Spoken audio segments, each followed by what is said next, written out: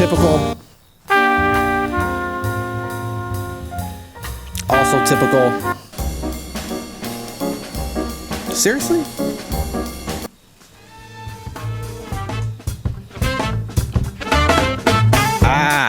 That's my shit. What's up, everyone? Peter Martin here, and welcome to the real 10 greatest jazz albums of all time. Warning, this is not going to be your typical greatest desert island, I'm an important intellectual musicologist / analyst type of list. There will be some familiar artists for sure, but hopefully no typical and expected classics. Those classic jazz albums are, of course, all great, but they're well worn and frankly a little bit overhyped at this point. Think of today's list of 10 as more of an invitation to dive into some lesser known but equally great albums from some irrefutably amazing artists. There's no albums on my list from, among many other legends, Oscar Peterson, Art Tatum, Louis Armstrong, Sarah Vaughan, Ella Fitzgerald, Wynton Marsalis. So please, let's recognize that the world of jazz is infinitely deep and wide, so there's a lot of necessary omissions here. Now, having said that, let's dive into my highly subjective, yet impressively spot-on list of the real 10 greatest jazz albums of all time. Starting it off right with number 10 is the extraordinary pianist and vocalist Shirley Horn. Now, many folks will point to Shirley's wonderful Here's to Life album as worthy of top shelf status, with its lush string Johnny Mandel arrangements and intimate romantic vibe. I agree, but I think that this live trio album we're going to listen to from 1992 is even better. It's called I Love You Paris. It was recorded at the Theatre de Châtelet in 1992. Let's check out the first track, Wouldn't It Be Loverly?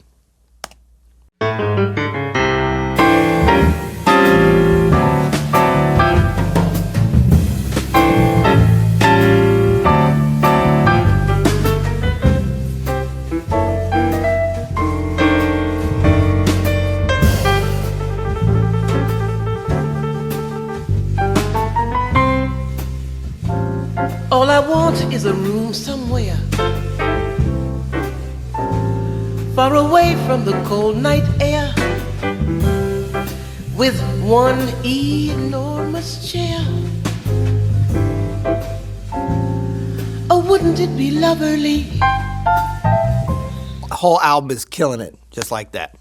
Coming in at number 9 is the OG legend, Mr. Duke Ellington himself. And I know what you're thinking. It's got to be a big band album because that's what Duke was known for. So perhaps Ellington at Newport from 1956, which is often cited as his all-time greatest. Or perhaps a more nuanced aficionado might point to Duke Ellington and John Coltrane on Impulse, with Duke sitting in with the legendary Coltrane Quartet in 1963. But let's not forget that Duke Ellington lived until 1974. So let's check in on 1972's amazing duo album with bassist Ray Brown. Just piano and bass, this is Do Nothing Till You Hear From Me from the Pablo release. This one's for Blanton.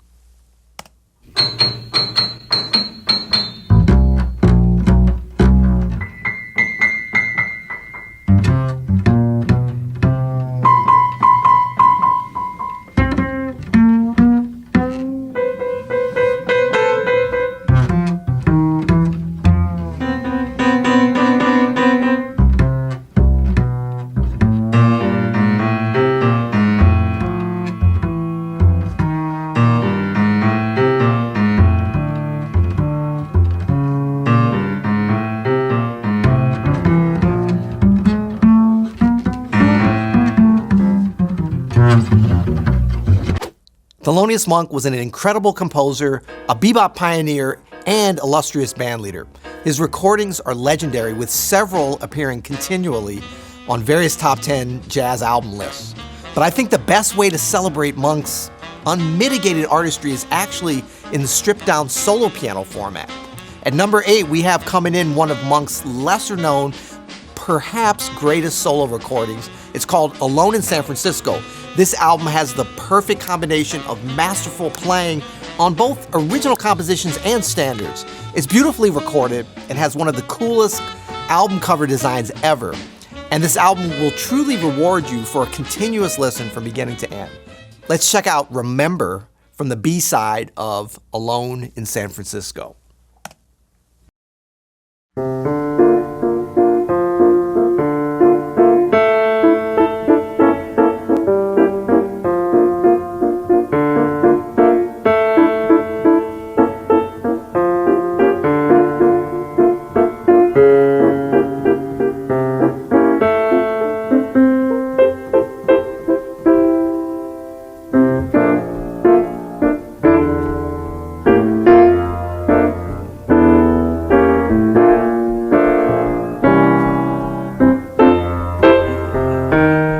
Can you have a list like this without a John Coltrane album? You could, but we're not going to do it.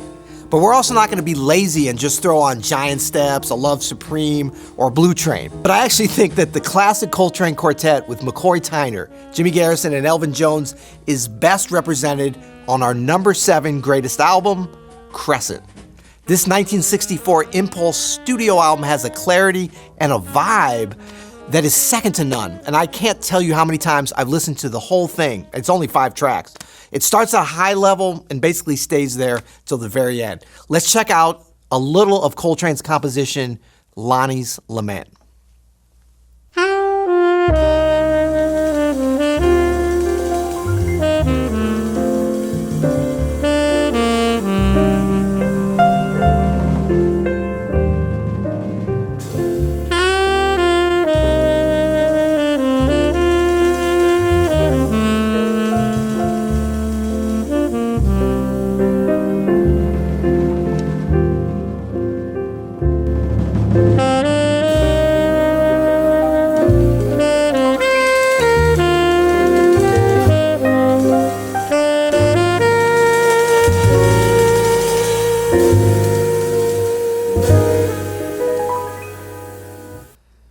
We're at number 6, and it's time for some Miles Davis. Ever heard of him?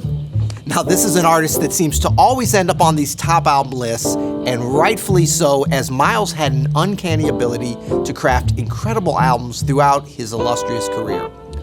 So that makes it somewhat questionable that we only seem to focus on a select few. Kinda Blue, Sketches of Spain, Birth of the Cool. What about Ascenseur pour l'échafaud? Ever heard of it? This is an amazing record, truly one of Miles' best, but definitely an insider pick. It's from a soundtrack for a Louis Malle movie, Elevator to the Gallows. Let's check it out.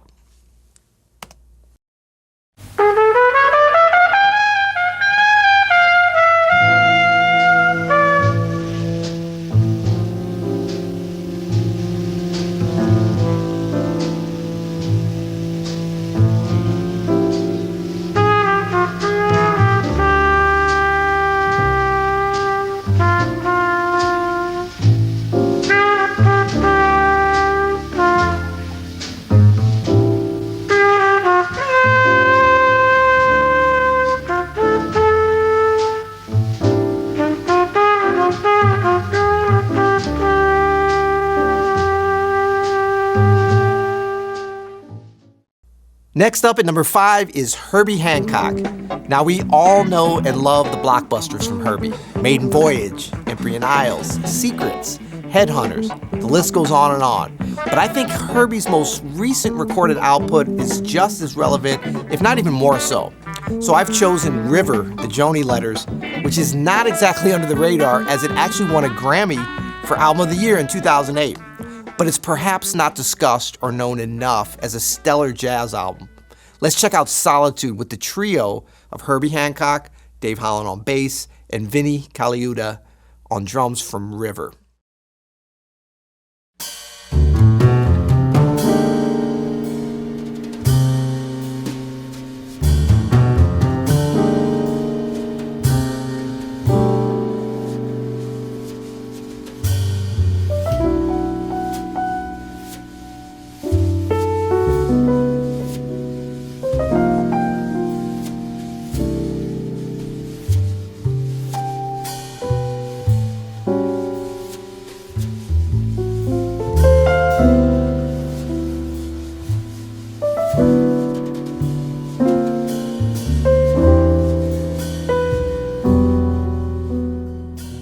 Coming in at number 4 is Roy Hargrove, who's known for being a leader of the so-called Young Lions movement of players coming out of the late 80s and early 90s. Lots of great album choices for Roy. I've seen Ear Food on several greatest lists, but I think that this is Roy's most influential and possibly greatest album, Hargrove. This was the first album for his RH Factor configuration, and we're going to listen to the track Pastor T.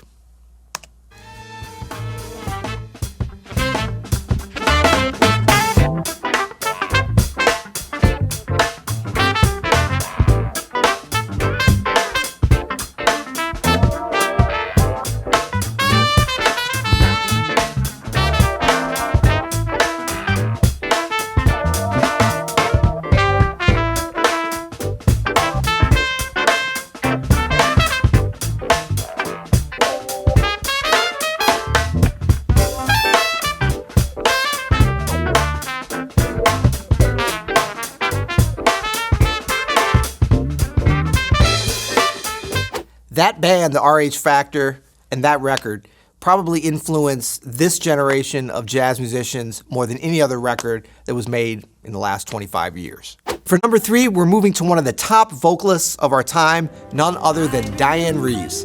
Dianne has made many wonderful records, and the hardcore jazz aficionados will often point to Good Night and Good Luck or Little Moonlight as prime examples. But the album that best comprises the full depth and breadth of Dianne's artistry is a fascinating listen from beginning to end, with fantastic accompanying players and exquisite production from none other than the late, great George Duke.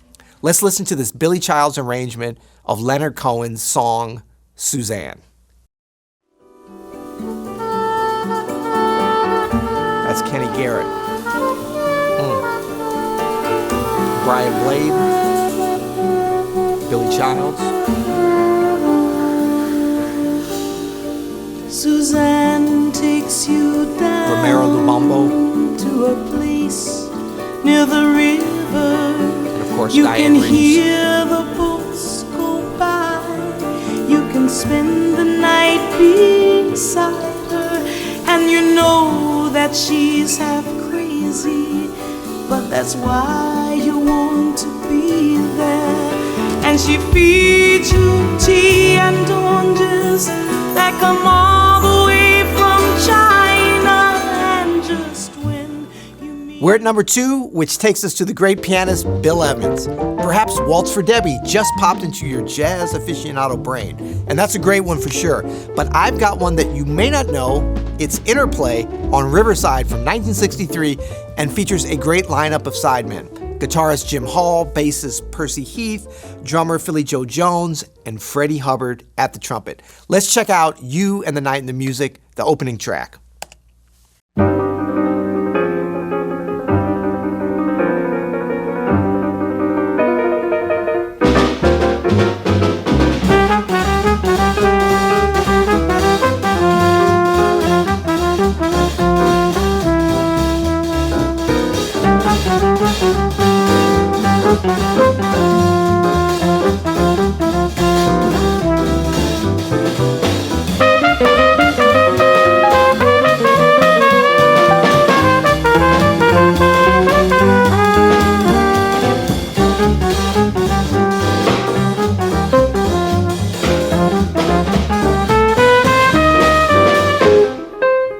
We've arrived at number 1, numero uno, and we find ourselves at a very interesting place.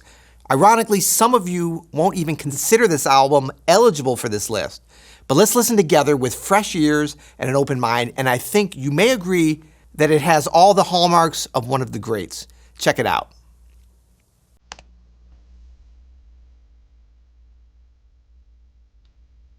First of all, we've got Ron Carter, the maestro, bringing it in.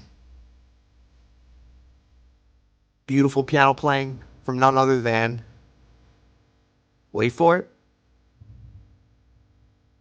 Roberta Flack.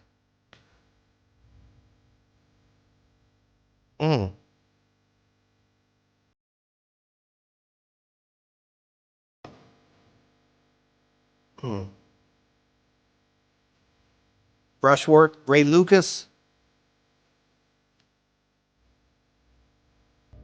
This is Tryin Times from First Take.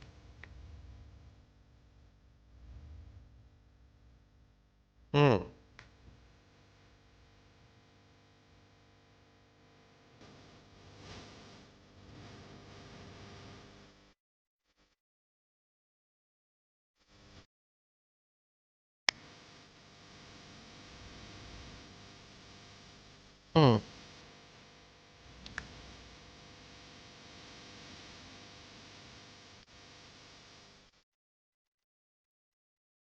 Uh.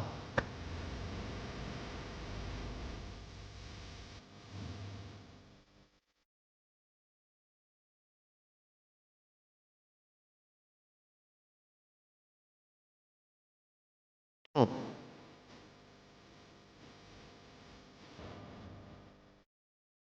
Written by Don Hathaway. Mm. All right, that's it. Hope you enjoyed these 10 albums, and I hope some, or maybe even most, are new to you. Now, what are your top 10 greatest jazz albums? Feel free to leave them in the comments below. Peace and piano.